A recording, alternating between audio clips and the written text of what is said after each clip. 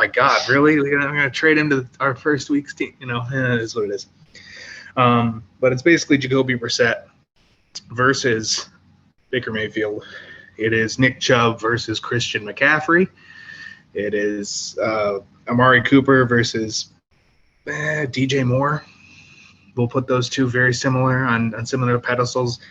There's some interesting matchups here. Mm-hmm. Yeah. I mean, Jacoby is a serviceable QB when you need to go to him, but he not Deshaun Watson. No, yeah, not what they wanted. Not what they wanted to start the season off with. I'm pretty sure it's decently well known that he targets the tight end pretty heavily. So that'll be interesting. But I mean, Amari Cooper, first year with the team. Jacoby, first year with the team. Rookie David Bell, first year with the team. There's a lot of unknowns here. On the other side of the ball, a lot more established team outside of Baker, obviously. But he's I we don't need to get into this, but I don't really understand why they got rid of him. He got them to the first playoff game in how many years? Like, I don't know. I think he can still do it. I think they cut him off too soon. Maybe I'm wrong. So one of two things comes from this game. Baker Mayfield wins his very first opening week one, or the Browns win their first opening week one since 2004, I think, is 18 years. So that's a little bit of a positive way to look at this. Yeah. I don't really get why they kind of gave up on him. The only thing I can think is that between his wall that was getting built between him and the city, not the city even, the team, but that had affected the city. And, for a team that hasn't won a Super Bowl in a blue moon, takes their football really seriously. And to take it out on the fans at certain times last year didn't service his popularity. Right. And then when it got to the offseason and the team was ready. I'm surprised he wasn't in the Deshaun Watson trade. But I guess the Texans really were like, no, give us a fifth-round pick instead of Baker because we have this Davis Mills guy who's young and was fine while Deshaun was out. So I kind of understand the Texans' take on that. As for this game, what it really boils down to, Baker is probably a third of a step up from Sam Darnold. Granted, we can say there's 10 steps and he'll be a third of a step up, but as far as passing goes, everyone else besides Baker has been with that team offensively for at least a year. Tommy Tremble being that 1 year person. Everybody else you've seen for multiple years. On the other side, like you said, a lot of new faces and a new place. Kind of a Swiss cheese throw together team, and that's fine. The Panthers probably have to force Jacoby to win this in the air, which is a good bet. And like you said, if he's going to target, David Njoku as much as he probably will, you can see probably 6 targets. I'm thinking that's a rough mean of what he'll probably get. If you can force Jacoby to throw, game's probably going to be, it's going to be tough for Cleveland. I have Carolina winning 23-14. Over under, like I said, at 41. So I got that game going slightly under. I don't really have much else to add. I mean, the Panther defense has to try and hold Nick Chubb. Right. And if you do that, there's only one other way you're moving the ball. So, you can keep Nick Chubb under, I'd say 120 yards. You're probably, I'll say 100 yards. I'll give him even less. If he doesn't hit triple digits, you'll probably be okay. That's my take on it. Yeah. I think the bottom line here is whether Cleveland has weapons like Njoku, Chubb, Hunt, Amari Cooper. Jacoby is not the guy that's gonna make the most of them. Whereas more Robbie Anderson's not bad, Christian McCaffrey, and then Terrace Marshall was highly drafted, got hurt. Um, we'll see how he does, but Baker Mayfield, better QB. I don't know. It's as simple as that for me. I guess since we didn't do this for the other games, a value pick for me would be Njoku to my points earlier. Chalk, Yep. I don't know that you really want anybody from this. Maybe Right. DJ Moore. McCaffrey's pretty expensive, so I don't know about him.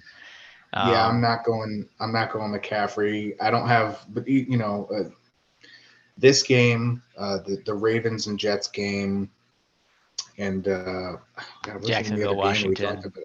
Yeah, Yeah, they're just not a games lot that of I pieces don't you want. want. I don't want a piece of any of it. Yeah. I understand. Like Christian Kirk is cheap. I guess going back to the Jacksonville Washington game, I think he's 5,500, 5,100. He's in that low fives range. But 5,100. I mean, maybe, but that's like Yeah. for I feel like for NTN $100 less, or or for the ETN. same price, I can get Christian Watson, who we'll talk about in a little bit. Yeah. Drake London, if he plays, is There's $100 cheaper. He's 5,000. Treylon Burks, who we'll talk about in a bit, 5,000. Like I'm so like, why, Like Yeah. that's all I got. Don't waste your money. No, right. Spend it somewhere better, in my opinion. Yeah. Moving on. Next game on our slate. We have Indianapolis and Houston, the Matt Ryan debut. It's Dameon Pierce showtime. Really, honestly, I think it's going to be another one of those. Is probably going to be closer than last year. You'd think, if you're going off last year's stats. Indianapolis is favored 7.5 points though. Over under at 45.5. It's the debut of Lovie Smith for the Texans, who, in my opinion, the offense is finding its if you continue from last year, which that's a big if. Mm-hmm. The offense is starting to find its rhythm. Dameon Pierce isn't going to dethrone that rhythm. He's going to fit it, if anything, because your rhythm was based around David Johnson and Philip Lindsay and Rex Burkhead and, gobbledygook, basically. Yeah. So I think what he can do with Kirksey, with Derek Stingley Jr., with Gruger Hill, if he can move some of the more veteran, more effective pieces, if he can make them do something to get the ball into Davis Mills' hands and Dameon Pierce's hands, I think this game's going to be a little closer. It's Matt Ryan, and we know what Matt Ryan can do. Mm-hmm. We know what Michael Pittman can do. But Right. they don't have a tight end who's threatening in Indianapolis, and they don't have anybody besides Jonathan Taylor, a big besides. Yeah. But, he's not much of a pass-catching back. That's more Nyheim Hines effective. But it's basically Pittman, Hines, Taylor, and, if you can correctly, maybe not guess, but if you can correctly control how effective those three players are, you might have a shot at keeping this one close. Jonathan Taylor, however, has, for lack of a better phrase, destroyed Houston in 2 seasons. 4 games, 6 touchdowns, 462 yards rushing. It's when you average 120 a game against the Texans. That's why I think this defense, if Lovie Smith gets it moving, that's got to be where he starts. Yeah. Yeah. I mean, unfortunately for Pierce's first game, I feel like the Colts are going to possibly get ahead to the point where Pierce might not be what they need to do to get back in the game. So, I mean, to your point, if they can hold them, then yeah, that becomes a decent game plan for them. But I think we're going to see a lot of throws to Cooks, and Nico Collins, was he a third round? Yeah, third rounder. So some talent there, second year. And Davis Mills shows that he has potential. So let's see what he can do with these two guys. And if they get that game going, if they're actually scoring, maybe they have a decent tandem with those guys and Pierce. But Matt Ryan and the weapons that the weapons of Pittman and JT, and then if Campbell can stay healthy, or if Alec Pierce is better than Campbell, I don't know. Those two I kind of see going back and forth. Interchangeable. Yeah. Um, and Mo Alley Cox is a huge man, a mountain of a man, so solid touchdown target. So we'll see what happens there. He can be a sleeper, but my sleeper, and I brought this up, this is my just based off, and I'll go into more depth after I tell you who it is. It's Brevin Jordan for the Houston Texans. Brevin Jordan is 3,100 on DK. So we'll talk a little bit about the fantasy aspect of this. On a real football field side of things, the Indianapolis Colts were atrocious versus tight ends last year. Mm-hmm. You know they're going to take a good stance against Brandon Cooks. Philip Dorsett and Nico Collins, while fine football players, are nowhere near Brandon Cooks. Right. And the more important piece to this, I think, is what we talked about in the injury news. Shaq Leonard's not there. Mm-hmm. Shaq Leonard will not play. You have Bobby Okereke, however you pronounce his last name. Sorry if I just butchered that. He's not Shaq Leonard. He's a good linebacker. I think he's going to be a little bit more effective on run coverage, which will hurt Dameon Pierce a little more. Mm-hmm. But I would not be surprised if Brevin Jordan goes for 10 to 12 fantasy points. And that's my tight end value of the week right there, just based off of last year. And you can make some defensive changes, but I think they all kind of go around Shaq Leonard. And if he's not there, the defensive line has taken steps. Second-year defensive end Kwity Paye has been more effective, it seems, as the end of last year, and hopefully he can keep that up. But even if you get to Mills enough, he's going to end up starting to pick these short passes. And Brevin Jordan stepped up at the end of last year. I think he had 2 touchdowns in his last 5 games or 4 games, had several targets, had enough snap count where I feel comfortable with him passing Pharaoh Brown. O.J. Howard would probably be the only other person, and that's just my take. He's my value for this game. My chalk is Jonathan Taylor because – yeah, Brevin Jordan's my value. Jonathan Taylor is my chalk. If I'm going to pay up for somebody, the matchup just spells. I mean, like I said, 462 yards, 6 touchdowns in 4 games. Yeah. I would say over a touchdown and a half, so I think he's going to have 2 touchdowns, and I'd put him at $1.50 because what do you got to lose if you're going to bet on it? Yeah. And my game prediction, my score is Indiana 28, Houston 21. I do think they'll keep it close to start. So that's my game script. Yeah, no, I like that take a lot. Yeah, I mean, not to belabor anything, but yeah, JT, he does also catch the ball. I mean, Nyheim Hines is obviously the main pass catching back there, but JT can catch the ball fine. So he's going to be out there a lot of opportunities. And I mean, we say this a lot. I say we say this a lot outside of this podcast, where this is brand new. Opportunities is key. So he's going to be on the field a lot of opportunities. So yeah, I like that a lot. I don't know that we really need to throw out. I mean, I guess Pittman, maybe Matt Ryan, but I don't. Yeah. For the quarterback argument on DraftKings, I will throw out this little spoiler. Matt Ryan is probably the cheapest of the most promising. He's 5,500 on DraftKings. He's cheaper than Ryan Tannehill, Derek Carr. Got so many others that are so down. He was cheaper than Trey Lance, Justin Fields. Oh, okay. Jared Goff is 54, so that's a good pick. The only other one that kind of tickles my fancy down that way would probably be Jameis Winston at 5,300. Oh, okay. Other than that, yeah, Matt Ryan's a good value piece for that. I would not hate a Ryan JT stack. Mm-hmm. That would not be opposed. Yeah.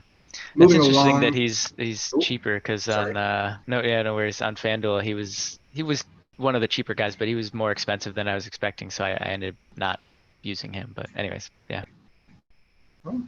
It's the difference in the sites. They all play 'em. exactly. Next game, Giants in Tennessee, also a 4:25 kickoff. Tennessee favored 5.5 points, over under 43.5. Brian Daboll has super diet Josh Allen that is Daniel Jones, who can kind of run sometimes and can kind of throw sometimes, but also doesn't do those effectively a good chunk of the time. You have Saquon Barkley, who has things to prove this year. I think that's safe to say. Other than that, it kind of comes down to the youth that is Darius Slayton, Kadarius Toney.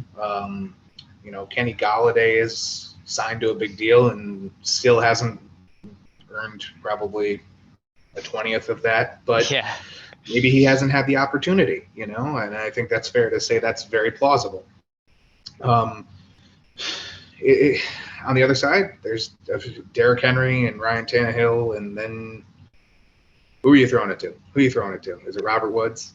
Is it going to be Treylon Burks? What about Nick Keene, Westbrook Akeen, or Westbrook Akeen there? I mean, Woods is obviously the more experienced guy, but new to the team. Coming off is it an ACL? Yep. So yeah. I mean, they say they have big plans for Burks. They literally replaced AJ Brown with Burks, so you gotta hope they're gonna try to use him a lot. But this team went on the incredible tear and won the games they did due to Henry. So their game plan is going to be Henry. Freight train Henry. Yeah, that dude is a monster. So I don't see how you don't continue to do that. Granted, he got hurt as well, and maybe they try to pull it back, rein it in a little bit so he doesn't get hurt, but that's their best option in terms of who has been here, because Burks is new, Woods is new, Austin Hooper's new to the team. So that's what they've established, and I don't see why he wouldn't be able to pick up where he left off. Then maybe they'll sprinkle in these guys and get them moving after he gets going. But yeah, that'll be interesting to see how that plays out. I'm hopeful for Burks. I don't think that all of the stuff we've been hearing from preseason is as bad as they've been making it seem in terms of like his asthma. He played in college. It's not like asthma just happened. Oh, you skipped. It's okay. I just kept Robert Woods and how this Robert Woods is in. It's difficult technology, right? It is what it is. But what I was saying is, I don't think Robert Woods, even if you still throw it down the Giants' throat with Derrick Henry, Robert Woods is not. He's not AJ Brown. I think the game plan has to change here for Tennessee. As for the Giants, their game plan's changing. It's going to be different. You don't have. From a year ago, you're missing 4 key pieces in the front office. I'm talking about coaching in front office. So yeah, it's coming different. The defensive line has to be effective for the Giants. I mean, that's just Azeez Ojulari, all of them. But starting with the Ojulari, he has to get the ball back for Daniel Jones. If they can control the tempo by controlling the ball, it changes the outlook of this game, I think, for the Giants. And it's not. I'm not sitting here advocating that the Giants are going to go. I don't even think they're going to win 8 games this season. I think they would be lucky to win 5, maybe 6. But to see some progress, I think that's the most important piece. I got Tennessee winning 24-16, going a little bit on the under from the 43.5. So it's going to be. This is one of the games that I think could surprise folks for how interesting it can be based off last year. The changes in Tennessee versus the changes in New York but in my opinion, brought these teams closer. Yeah. I mean, I don't have a lot of belief in Daniel Jones, so that is the biggest issue here for me with the Giants, but I mean, they have a lot of talent. They have Barkley, who obviously has shown what he can do. He's had issues over the past couple of years, injury, what have you, but um, Galladay, I don't know what happened with him, but they have Kadarius Toney, they have Wan'Dale Robinson. Those two guys, I think, are very good value plays if you want to get in on this game. Not necessarily sure that I do, but at least from the Giants side of it. But those guys wouldn't hurt. Yeah, it's tough for me. My value is, and simply because of price versus what I think his snap count will be, it's Kadarius Toney. Mm, He's 4,100 on DraftKings. Um, Darius Slayton is actually more expensive, and I don't know why. Maybe it's because Tony's injury prone, and they're like, well, he's right. going to get injured, so he's going to play 8 snaps. But you just saw how effective Tony can be at times when he wasn't hurt or labored last year. And the chalk on this is, for me, I mean, you can't really say it's chalk, so I'm not going to label it. It's not someone I'll go over names like JT or even really Elijah Mitchell, but I would say Saquon, just because he has to prove something. We know Derrick Henry is going to go out there and produce. Mm-hmm. If you want to swap Derrick Henry for JT, I won't hate it, but I would take JT over Derrick Henry just because of the matchup and the history between Houston and Indiana. Yeah. But Derrick Henry is not. He's, if you put him in a lineup and you were to say, yeah, I'll take Derrick Henry and then match him with a couple of the cheaper wide receivers we talked about, I won't hate it. Yeah. Yeah. Yeah. And a couple others, I wouldn't mind Burks or maybe even Hooper. Burks at 5K on DraftKings. Let me tell you real quick about Austin Hooper, who's 3,700. Yeah, that's super cheap. He's actually the same price as Cole Kmet. I would still, I mean, he doesn't touch my $3,100 Brevin Jordan, who is very favored in my opinion. But I wouldn't hate that either if you wanted to stack with that. Yeah, I mean, I would rather have Kmet over him. Yeah, that's fair. Last game we're going to talk about before we get into host v host. It is Green Bay versus Minnesota. Green Bay 1.5-point favorites. The over/under is 46.5. Whew, this one could get juicy, dicey, interesting. This could be a nail biter. This could be Aaron Rodgers finding anyone who looks like Davante Adams versus Kirk Cousins, who has the next reincarnation of Davante Adams. Right. Kevin O'Connell takes over for Minnesota as their new head coach, replacing Mike Zimmer. It's kind of new coach, different game plan again, but the tools don't change. It's Kirk Cousins, it's Dalvin Cook. You're going to see probably a little spice more Alexander Madison, and then it's Justin Jefferson, and the often forgot about, it appears, Adam Thielen, who you really can't. He was so fantasy relevant 3 years ago. What stands out to you about this game that makes it just, I don't know, something's different about this one?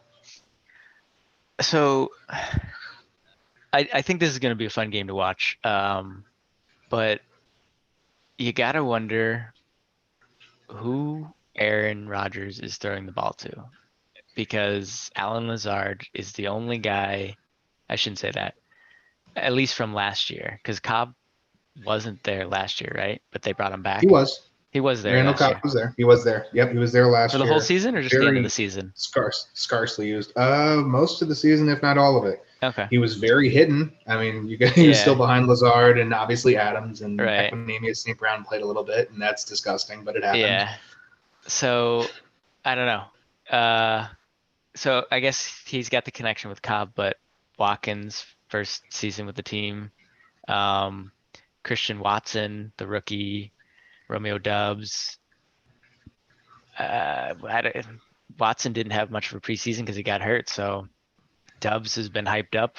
I don't know who fills in for Lazard, but it's got to be one of those guys. And then, one of those guys, Watkins, and Randall Cobb. I don't know. There's not a lot of history there other than Cobb, and Cobb's an older guy, so you got Tunyon, I guess, and then Aaron Jones and AJ Dillon. I see a lot of this game happening with AJ Dillon and Aaron Jones and probably Tunyon. I don't hate that take at all.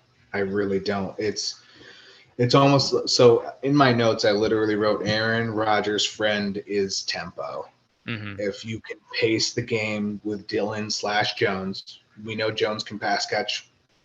Both of them can run the football effectively. The offensive line, it's relatively similar, if not the same as last year, and they were effective. Aaron Rodgers is obviously a very experienced quarterback. With Lazard being, we'll count him as out because doubtful. I don't see him playing, and even if he does, he'll be on a pitch count. So, Randall Cobb is every time. I shouldn't say every time. Last year, I don't remember what week it was. There was a game where Randall Cobb came out of nowhere and had like 5 or 6 catches, and I think Adams was playing, but there was no one else there. I think Lazard was out. I think St. Brown was out, and I think Tunyon was out too. So it was Mercedes Lewis, Randall Cobb, and Devontae Adams. Okay. So now remove Devontae Adams from that and replace him with Robert Tunyon. Could it happen again? Yeah. I don't see him starting. I don't see him playing probably more than 40 or 50% of snaps. But that's enough for him to find the ball a few times because Aaron Rodgers knows to trust Randall Cobb a little bit more than the other 3. It's just it's what it was years ago when he was there. And for the little bit that he played last year, it seemed like as a slot guy, he could trust Randall Cobb. Yeah. Well, and to elaborate that a little bit more, that's totally where I'm coming from. Is Rodgers has never been a guy that wants to deal with rookies because he hasn't built that trust. So the guys that he trusts are the names we just threw out, and that's where I see this game going. For that side of the ball. That being said, and I totally agree with what you said for a catch. This isn't a Minnesota team that's going to lay down, and he's going to have to take some yards at times. Randall Cobb does not run a 4.4. Right. Randall Cobb is not Romeo Dobbs, whatever. I think he came out and said his name is Dobbs, but he doesn't correct anybody. It sounds way cooler if it's Dubs. But in Christian Watson, who has some really good draft talent and has the capital to back it up as well. It's hard to ignore those, really all 3, including Watkins. It's hard to ignore those 3. So I would pick for fantasy purposes. I'm going with Romeo Dobbs as my value. He's 3,000, the bare minimum on DK. Christian Watson is in the 4s, I believe, and is also not a horrible play if he fits. I don't know what Randall Cobb is off the top of my head, but I don't hate any of the 3, Cobb, Dobbs, or Cobb is 3,400. So he's actually more expensive than Dobbs, whatever it is. So, but again, not a bad pick. If it fits, you got any of the 3 to really go after. Take your pick because they're gonna get targets. On the Minnesota side of the ball, it's Justin Jefferson and all hands on deck for him. Adrian Amos is gonna have his hands full. Other than that's Kirk Cousins is still a very capable quarterback. We know that. He's been so efficient. Yeah. Quietly one of the top 10 best in the league. Right. Maybe top 12. We'll say that. We'll say a solid QB1 in most drafts. So yeah, my value is Dobbs. Chalk. I guess I'll go AJ Dillon just because I know he's going to get 50% roughly of the snaps. But as far as if you're gonna if you're not gonna go with JT or Henry, I would put Jefferson in there. And if you're gonna go with value at the running back, Jefferson's not bad. Yeah. I mean, Thielen, Osborne, Dalvin Cook, Irv Smith, all guys that have been there. I mean, Irv got hurt last year, so hasn't had that time to really build the connection with them as much. But yeah, I would probably take Minnesota in this game. But value, Yeah, I don't know. If Lazard's out, I like Dubs a lot. Osborne, I could see a decent value. Maybe Irv KJ Smith. Osborne. Yeah, KJ Yep, Osborne. And then not bad. Chalk, I could go with Thielen, or I like Aaron Jones, but he's gonna be pricier, so not really chalk, Mhm. but I think he's gonna have a good game. This could be one of those crazy games where he goes off for like a crazy amount of yards and like 3 touchdowns or something. Because who else is gonna get the ball? Like, I don't know. It's true. Aaron Jones. So here's a little points comparison. This is interesting. Aaron Jones is 6,700 on DraftKings. Alexander Madison is 6,200, Wow. and AJ Dillon is 5,300. Okay. Yeah, I So definitely like the price it's point for AJ Dillon more. Madison is yeah, is very high. yeah. First If first he game doesn't, out, Cook's if he doesn't healthy. get, if he doesn't match, and to be honest, in comparison, Dalvin Cook is 7,900. So Wow. interesting, interesting combo there. You know? Um, we'll actually hit host v host after we do have. We'll talk about the Monday night game because I think that's a great place to end this off real quick. Monday night is the return of Russell Wilson to Seattle. Yeah. It's another. It's almost like it's take Baker versus the Browns and crank it up, put it on steroids, turn it up to 25 on the 1 to 10 scale. Um, Came out earlier this week and said Russell did and said they tried to trade me in 2018, didn't work out. Now all of a sudden I'm traded. The Broncos sold the house for more or less like a whole bunch of picks, 3 players. Um, And then they signed that crazy extension before the season even started. right, right. It's you don't. I don't think this game's going to be close. No. I will put it that way. Yeah. Denver was a slow-paced football team last year. They did not. I think they scored next to last in the amount of points, or second to last, third to last in points scored per game. They were not a very. Their tempo was very slow, but that was with Teddy Bridgewater. Hmm. And now you're looking at Russell Wilson who can chuck it. And also, I think he has a little bit of a better set of running backs. I think Javonte Williams and Melvin Gordon are just a little bit better than Rashad Penny and Chris Carson, and there's no arguing that. Seattle's going to have a hard uphill battle here. Hmm. I got Denver winning 28-10, and it's going to come down to the fourth quarter just basically being a walk of the clock. That's what I think. So I don't know what the over under is off the top of my head. My number is from way earlier in the week, so I'm not even going to say it because it's not accurate. I got 43 here. No, 43. wait. So No, that's not right. Sorry. That must I'm be not far off. that must be next week. Anyways. There we go. 44. 44. Okay. I'm not far off. I think, Denver's defense is, like I said, they're going to play to their game. Seattle doesn't have a horrible defense, but they do kind of have a questionable offense. Right. You're looking at Drew Lock or Geno Smith, and I think Geno won the starting job, but that's kind of like putting a quarter into one of those iPod vending machines and coming out with a stuffy. So, what's your take? I see the Broncos just running away with this, and I think the Broncos are gonna run the score up a decent amount more than 28. I think the high 30s, maybe even, I don't know. I don't know if they'd get into the 40s, but I just see Russell and the talent they have at wide receiver and running back, and I won't say tight end. Alberto's, he's not bad, Albert, but I wouldn't yeah, I don't want to butcher it. I will gladly because But sorry Alberto, but I can't yeah, say your last name. I'll keep it at Alvaro.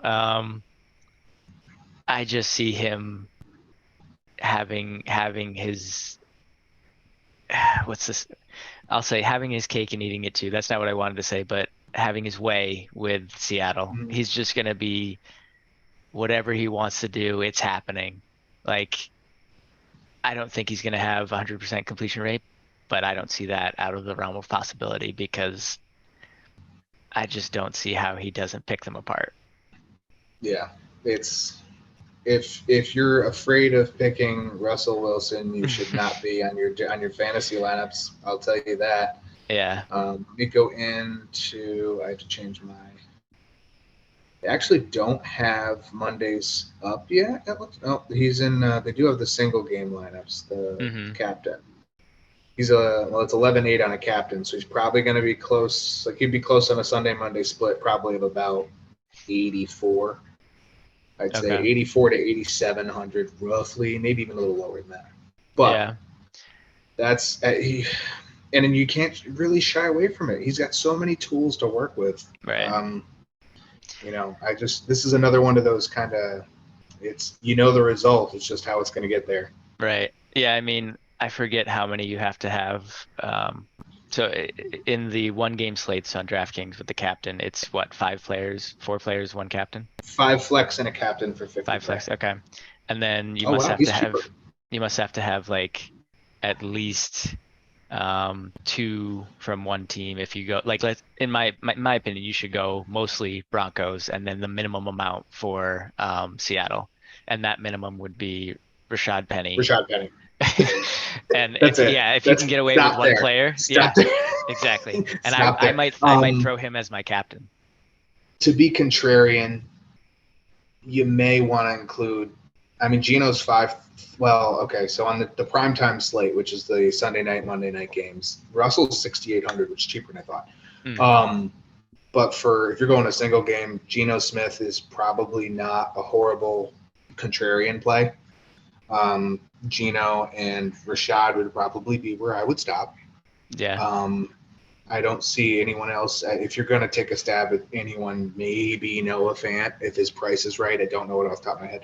But other than that, it's Broncos. So I could see you taking a stab at Metcalf only because him and Geno had some okay games, but I don't want it. Yeah. It's Broncos or nothing. Yeah. All right, we're going to take our final break. We're going to come back for host v host. We're going to give you our 5 fantasy flyers, and then we're going to get out of here and let you guys have a Sunday, enjoy some Sunday football. But we will be right back to the fantasy flyer. Stay tuned. See you in a bit.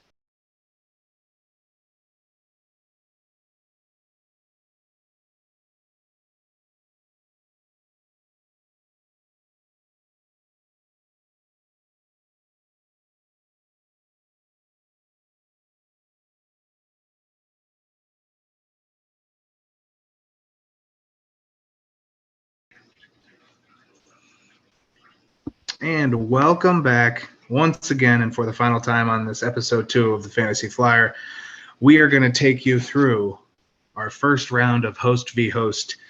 We'll explain the rules. Actually, I'll explain the rules. That way we can all be on the same page. This was something that I created. Host v host. So it is exactly what it sounds like. Me and Taylor will go head-to-head in a 3-game matchup every single week.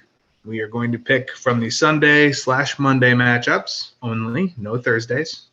So on the second show of each week, we will pick 3 games that seem interesting, close. Maybe they don't seem. It's a different point of the season. Maybe they won't seem interesting, and we'll just take a stab at it. But the 3 games that we are going to take on this week are the final 3 actually on Sunday. The 425 matchup between the Chiefs and the Cardinals, the 425 matchup between the Chargers and the Raiders, and the Sunday night football matchup between the Buccaneers and my Dallas Cowboys.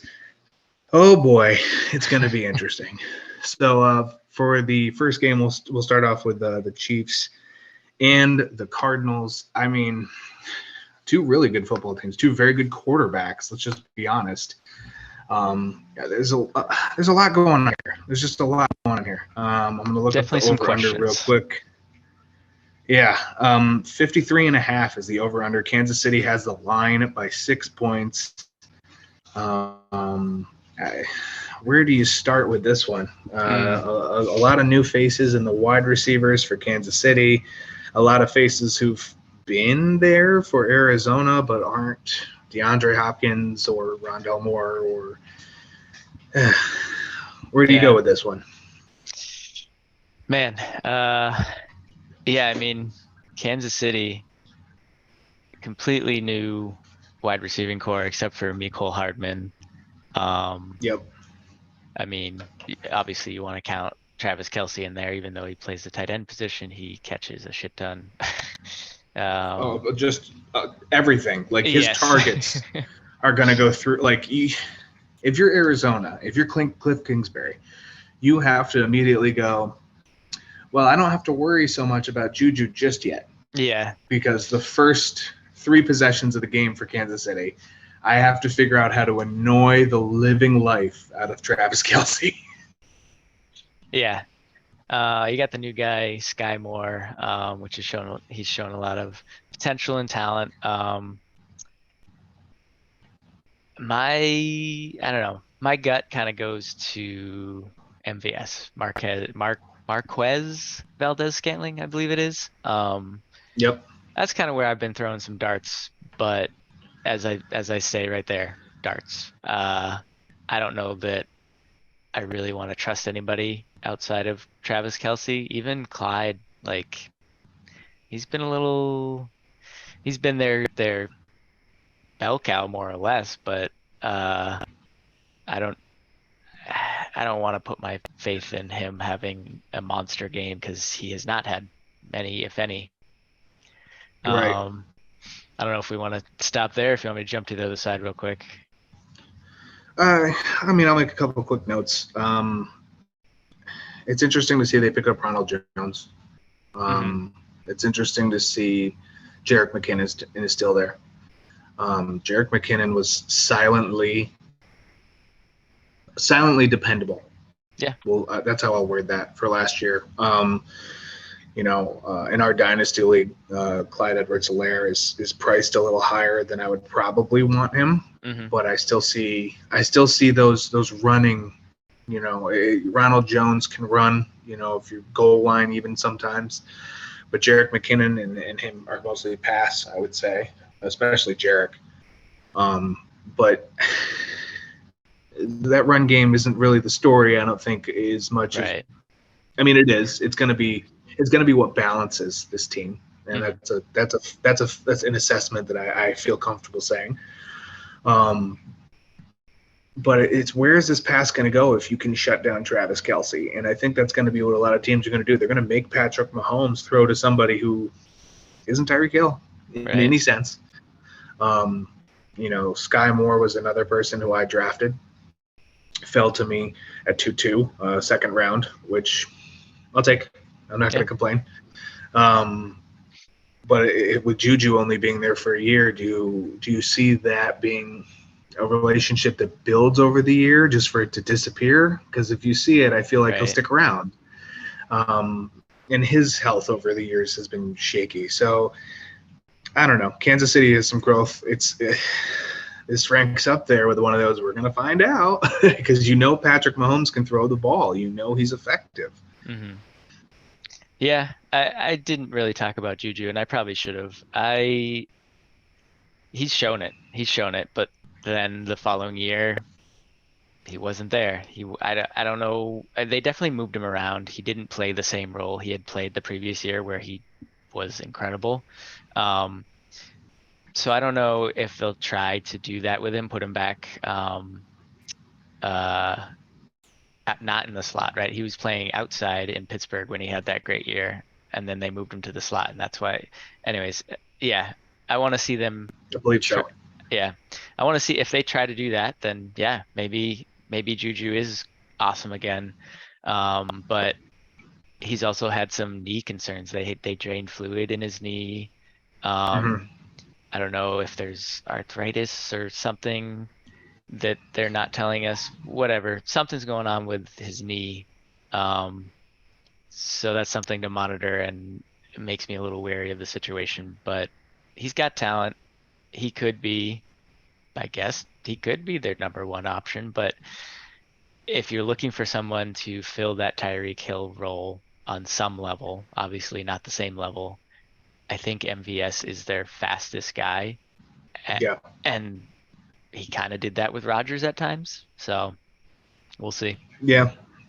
Yeah, there was a definite, as far as MVS versus Adams, there's definitely a difference between MVS, who just has a little bit more outright speed, but isn't quite as good at, route running, he's not horrible at, but he couldn't create space like Devontae Adams. Right.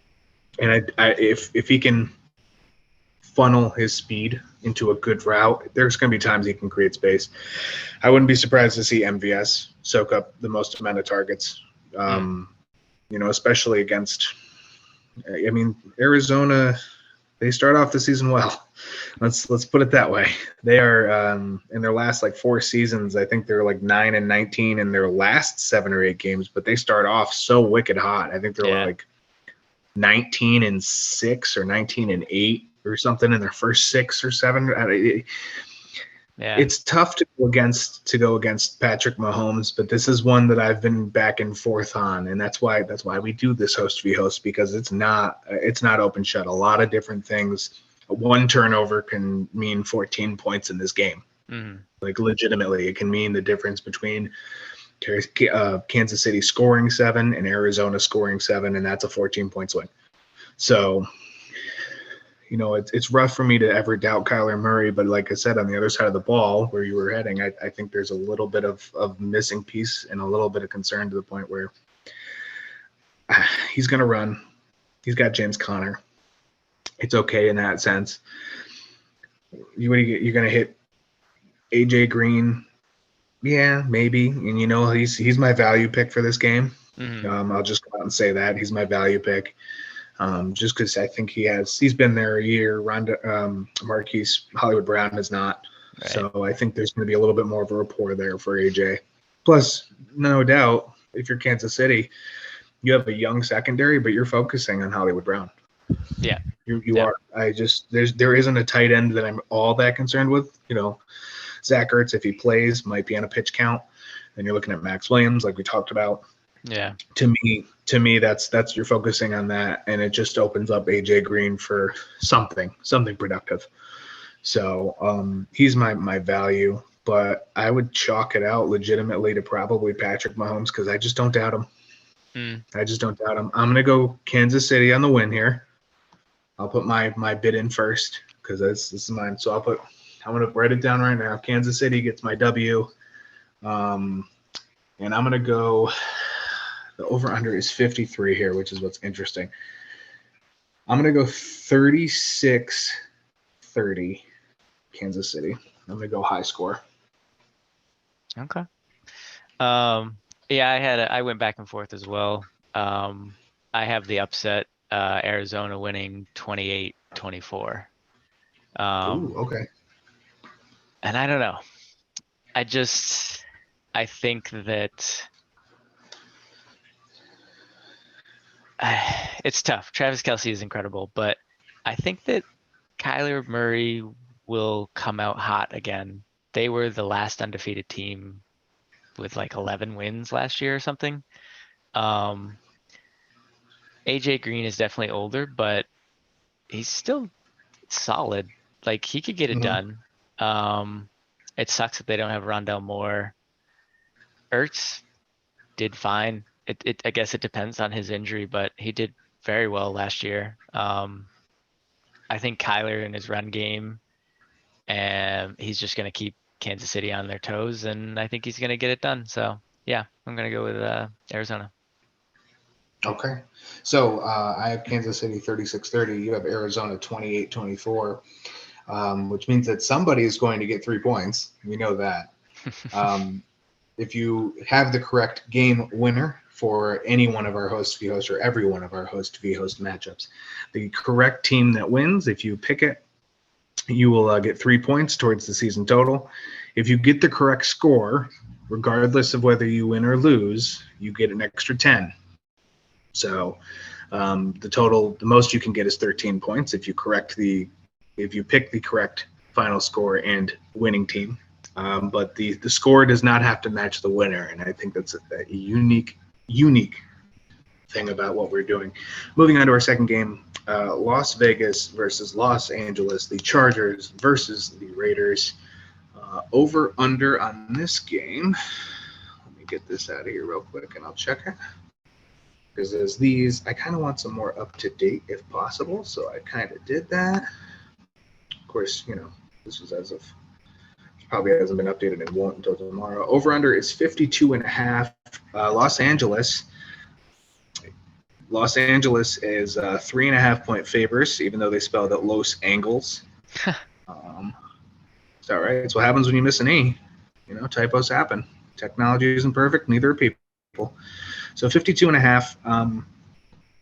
I'll start off with this. This game was super interesting when we came across it in the playoffs. We saw this as, I think, one of the most unique last 2-minute warnings to get to overtime, or was it in overtime? It was so crazy. I remember so much, and yet none of it at the same time. It was just timeouts and not calling timeouts until a timeout made sense, which really made sense 20 seconds ago. And I don't Justin Herbert, Derek Carr, two established quarterbacks.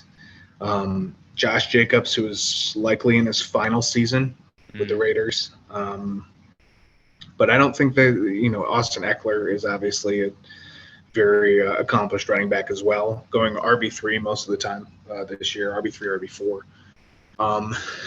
But I think the real story here is the passing games, and that these are two high-powered offenses that probably aren't going to let up for a single second. Devontae Adams versus Keenan Allen. Between the two teams, your Hunter Renfrow versus Mike Williams, who are two super underrated, not only fantasy picks, but just wide receivers on the field. Yeah. That's about all there is to say, isn't it? Yeah. I guess you obviously Darren Waller, a great talent, had a phenomenal year 2 years ago when he was healthier. Last year wasn't that healthy. Gerald Everett, decent. Has had some good games here and there, but not somebody that I'm really looking to go for in this game at all. He could surprise, but like you said, Mike Williams, Keenan Allen, even Joshua Palmer. You've been hearing a lot of good things about him. Looking to lock down that wide receiver 3 role. Yeah. But yeah, like you said, Austin Eckler. A lot of this is going to be an interesting game. A lot of talent. Great offense. You kind of know, you kind of know what you're getting, but you also don't. Right. You have no idea. Yeah. Yeah. That's just kind of the nuts and bolts of it. Right. Devontae Adams, first year with the team, the system, and McDaniels coming over. So maybe even a completely new system for the whole team. I don't know. I feel like that would be, I don't know. That would be tough for them to do, and maybe McDaniels tries to use things they used in the past and make it not a completely new system and make it difficult for Carr to really pick up where he left off. But I don't know, that sort of is where I think, I'll say it now, I think they're going to stumble a little bit here. Okay, so you're going Chargers then? Yep. Okay, final score for you? 31-21, actually. I was a little surprised by this, and I honestly keep going back and forth as to whether I have the Raiders too low, because Devontae Adams is an awesome talent, and Hunter Renfrow, very undervalued. Darren Waller, great talent. So. And Rich. He just got his extension, 3-year extension this morning. Yeah. So, yeah. Interesting note. I'm gonna stick with the Chargers. I'm with you on the Chargers with the win. So I have the Chargers squeaking it out, but I have it a much closer game, and I'll tell you why. Derek Carr and Devontae Adams played together at Fresno State. Yes, that's true. So I think even if you change the system, there's a little bit of a history there. They kind of know, and again, they've been apart for years. But I'm going 35-31. I'm going to go very over again. I think both of these teams are very high powered, just like the previous matchup. So 35-31 for me. I'll write it down in my book. And we will move on to our final This is nervous for me because I have to not pick I'm going to spoil it right now. I'm not picking my Dallas Cowboys, and I hate it. Yeah. So Tampa Bay versus Dallas. Uh, man. Real quick on the over-under, 50.5. The Buccaneers are 2.5-point favorites, so they're in the mid-20s. It's CeeDee Lamb, it's Jalen Tolbert, it's Dalton Schultz, there's Zeke, there's Pollard. A little bit of a new dynamic in Dallas, right? Yeah. And then the other side is Tom Brady with a lot of the same pieces as last year. And last year, this was also the week 1 matchup.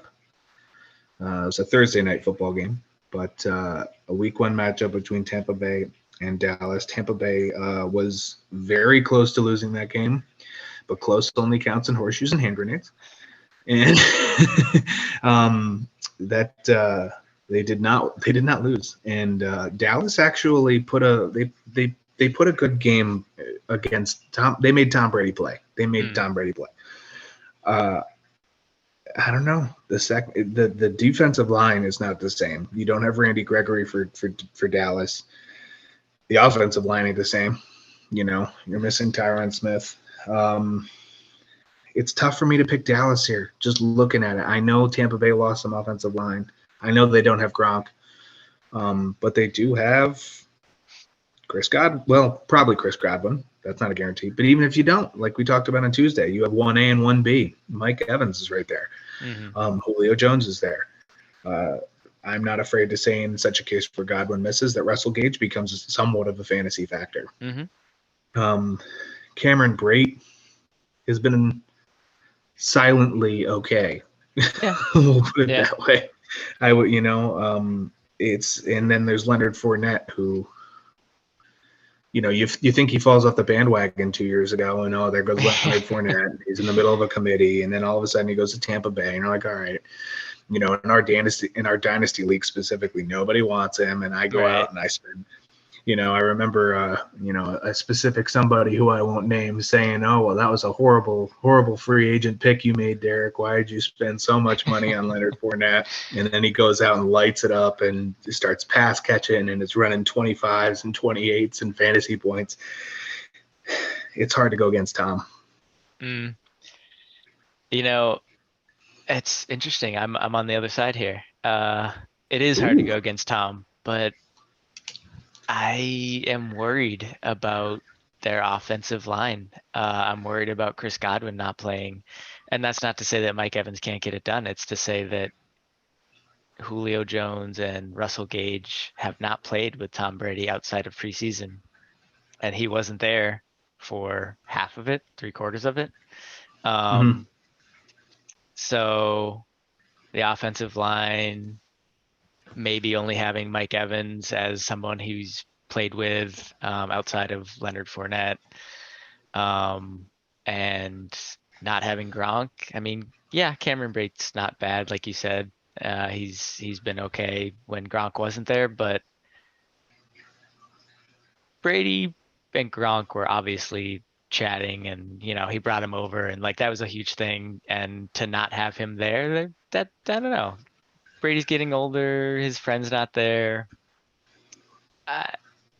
I'm just, I think I'm leaning towards the youth of Dak, the youth of CeeDee, Jalen Tolbert. I mean, he's a rookie, but Ezekiel Elliott finished top 10 last year.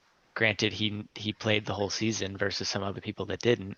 I think on a per game basis, he was more like 16, top 16.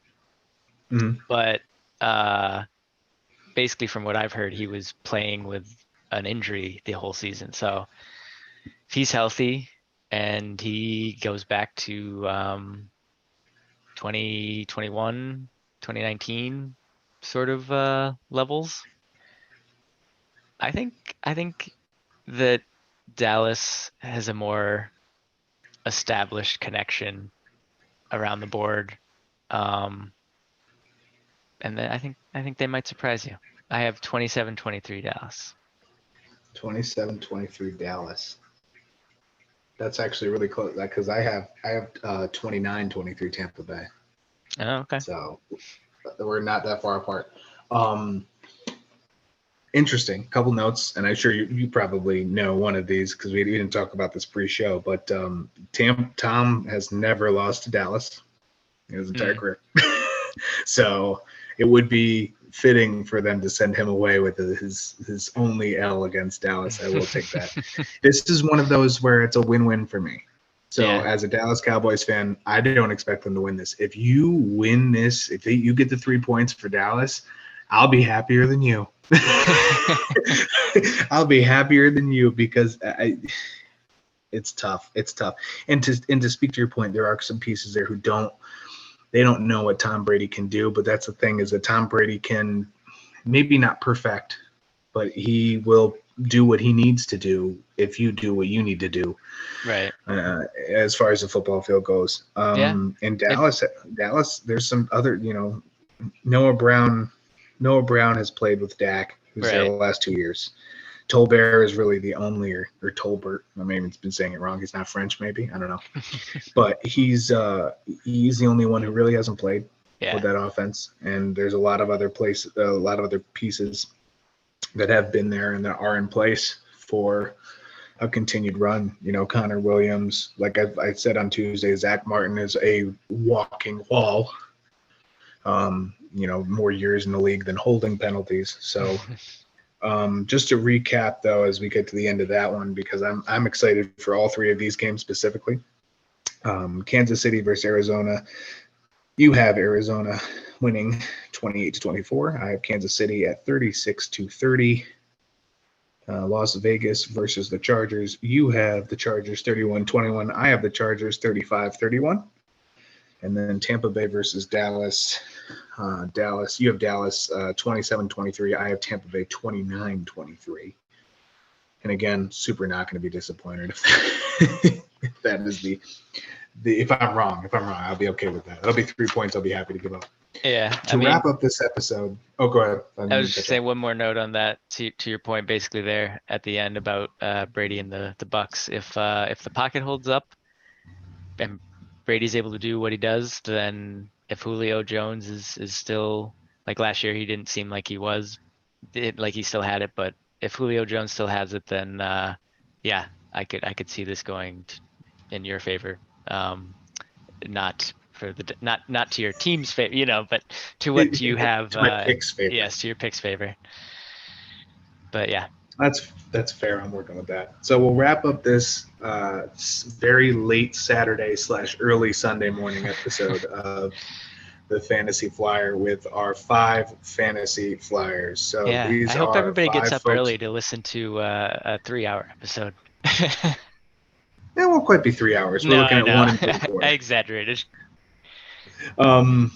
You're talking down now. You're talking down. No, that's all right. So I'll give three. You want to give 3 or 2, or you want to split it? How do you want to do this? Because my first one was Brevin Jordan, and I think I said that enough. I just see this matchup being beneficial for him. So as a flyer, I'm putting a flyer on Brevin Jordan. Yeah. Why don't we go? We'll do 3. I'm trying to look back here. I think Njoku.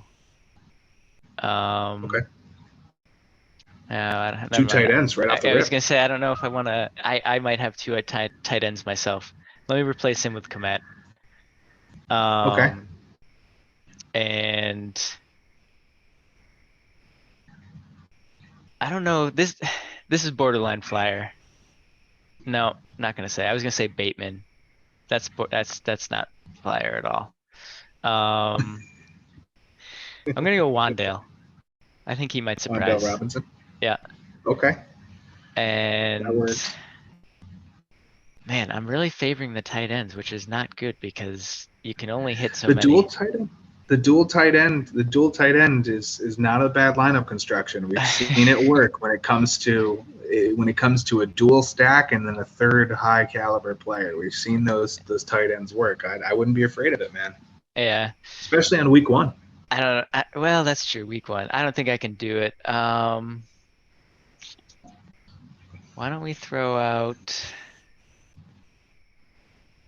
Let's throw out George Pickens. I was just looking at that name, so I'm Yeah. so happy that you went Pickens. I'll take Brevin for mine, and then I'll even throw out, depending on how your price works, I'll go either Randall Cobb or Romeo Dubs. Cobb for a little bit more of a veteran experience, but I think Dubs is going to end up with a few targets. And he's, again, at 3,000 at the flat minimum on DK. You can't go wrong. If he scores 7 or 8 points, you've hit value by plenty. So for 3,000, it's Dubs, and then I'm not afraid to go 3,400 to Randall Cobb. Yeah. So those are our 5 fantasy flyers, which, play around with them because there's plenty of DraftKings lineups. It's going to get more interesting as we go through the season, because when we start to see how these teams unfold, how these offenses unfold, how the defenses attack certain offenses, and to see how that correlates to other teams using it, what works, what doesn't work. Mm-hmm. It's going to be so interesting to see how this goes on. I am so excited to watch the highlights and enjoy these next day and a half of football. Yeah. We will be back on Tuesday, late evening probably, for another episode. We will review all of the games on Sunday, make out some notes, and see what's interesting. And we'll take it up for our next episode of the name game and the next episode of all of our fun, I guess. I'm not even going to just limit it to name game. We might have something new. Yeah, I mean, actually, speaking of name game, you want to do a quick one? Okay, what you got? I'm always down for a name game. All right. So we've kind of established Mooney as sort of maybe the number 1 in Chicago. Right. And he's kind of in that flex range of like, let's see, wide receiver. His ADP was probably around 67, so probably a flex for some people. So would you rather play this week in your flex Mooney or Amon-Ra St. Brown? Oh wow! So,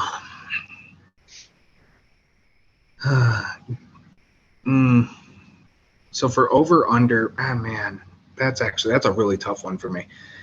First thing that comes to mind is Amon-Ra. But you can't go wrong with either, in my opinion. You can't go wrong. I really, if you're going to take, Mooney is going to have targets, which is probably the only reason I would take Mooney. But I think Amon-Ra has the better arm thrown to him.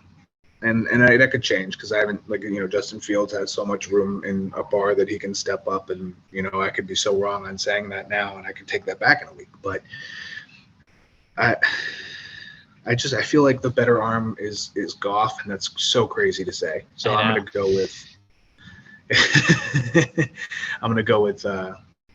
Amon-Ra. Yeah, I'm there with you. How about Juju? Mooney versus Juju? Yeah. I'm going to go Juju. And that's just there's no how do you go wrong with Mahomes? Yeah. I mean, Mooney may have more targets, but I feel like more of them will be on point from Mahomes to Juju. It'll come down to that big play factor. If Mooney can get even 2 30 or 40-yard catches, it's a completely different game. But I feel like trustworthiness, it's going to be Juju. All right. How about Devonta Smith? Smith by a mile. Yeah. Yeah, I don't have anything. He's definitely, in my opinion, more talented. I might go Mooney here, but I don't disagree with you. I guess the only thing I would say is with AJ Brown in town. Wow, that AJ Brown in town. I think that Mooney being the number 1, AJ Brown probably being definitely the number 1. Smith, he's got maybe a better upside, but I could see Mooney doing better. All right. Yeah, I'll leave it at that. I had a couple of running backs. I got one. Okay. I got one for you. Okay. All right. Darnell Mooney or George Pickens. Oh. Ooh. Actually, I got 2 for you. I got another one after this. I think I would say Mooney, but I don't hate going Pickens for upside. It was a tough one. Yeah. Okay, I'm going to switch it for this last one. Okay. Okay. Just because I want to switch it up, just be a little different. Elijah Mitchell or AJ Dillon. Specifically this week's matchups. We talked AJ Dillon on Tuesday. Specifically, we went through this our entire previews. AJ Dillon or Elijah Mitchell. I think this one, and maybe it shouldn't be this easy for me, but I think it's Mitchell. I know we talked a lot about the 50-50 share in Green Bay and them going to the running backs a lot because what else do they have? But Mitchell was incredible when he played last year. And if he's the number one and he's part of the game plan, which I do see that the case, I think he has a very good game. I don't disagree. I think even you see the 50-50, and even if Dillon ends up squeaking out at a 60-40, let's say. Yeah. Elijah Mitchell in the game script between San Francisco and Chicago, I literally see Mitchell with 22 to 25 carries. Yeah. I mean, you might throw some Jeff Wilson in there, but that's about all I got for that. Right. All right. I do have one more for you, actually. Hunter Renfrow. Okay. Or Amari Cooper. Oh. I'm going to go Cooper because I think, like we talked about, I think the Panthers are going to make Jacoby throw it. And Renfrow will probably be successful, but he's competing with two other monsters, really, when it comes to targets. I mean, you're looking at probably on the low end 20 targets between Waller and Adams. And that could skyrocket to 26 to 28, maybe 30. I mean, in the right game script. It'll probably realistically be closer to 20, but Renfrow is he's not going to be the hot ticket anymore. I know. Waller was hurt last year. Adams wasn't there. Well, they're both back. So unless that changes in some aspect, and then Cooper's just Amari Cooper, and if there's a little bit more of an error side for Jacoby, so I'm going to go with Cooper. I don't know what the prices are, so I guess if you're going flex, that might make a bit of a difference. I don't know what Cooper's price is, but it can't be super far away from Renfrow. Let me check real quick, actually, just because I'm curious. Cleveland, Carolina. He's 5,900, and then Renfrow can't be far from that either. So, I'm going Cooper. 5,800 for Renfrow. Yeah. I might go Hunter Renfrow. Only because I think that he might be the number 2 for targets this game behind Adams. And I only say that because Waller, I don't know. I think he's going to find himself doing a bit more blocking. But it might be close. I think because Adams is new, Hunter Renfrow may get more targets than we think. That's not to say that Adams isn't also going to get a lot of targets, but I think there may be some, especially in the beginning of the game, Renfrow might get more than we think. That's fair. All right, cool.